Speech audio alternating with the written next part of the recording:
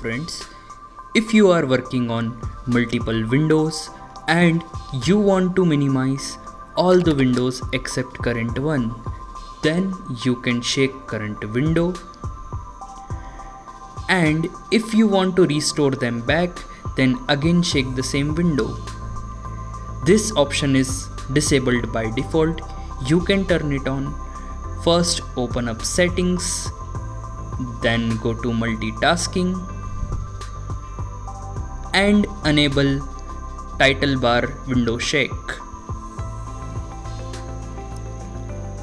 Like this video and subscribe to our channel Code Pointer for more interesting videos like this. Thank you.